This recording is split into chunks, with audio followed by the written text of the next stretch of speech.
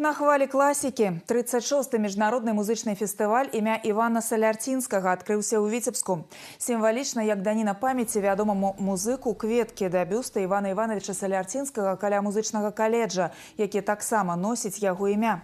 Нязменны госць форуму сын славутага музыказнаўцы Дмітрый Салярцінскі. Ён прыязджае ў горад на Дзвіне ў 35-й раз.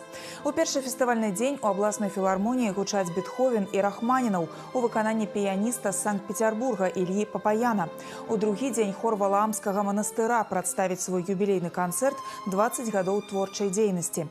На фестывалі традыцыйна адбудуцца навуковыя чытанні, узнагародзяць пераможцаў конкурсу маладых даследчыкаў музыкі.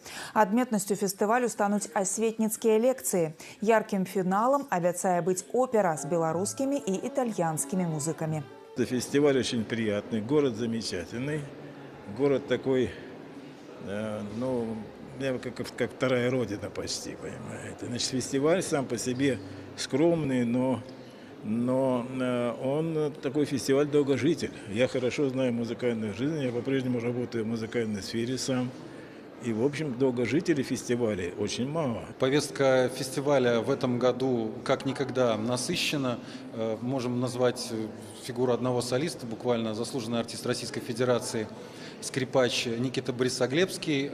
Мы давно ожидали его на фестивале. Вот в этом году наконец-таки он выступит. Впервые в зале филармонии состоится концертное исполнение итальянской оперы «Сельская честь» с участием итальянских солистов, любимца публики Государственного академического симфонического оркестра под управлением Александра Анисимова, а также сводного хора, состоящего из академического хора Белтелерадиокомпании и Могилевской городской капеллы. Этот фестиваль очень важен, и вот, вы же понимаете, если он 36-й год существует, значит, он является популярным у публики, и всегда полные залы приходят и слушают.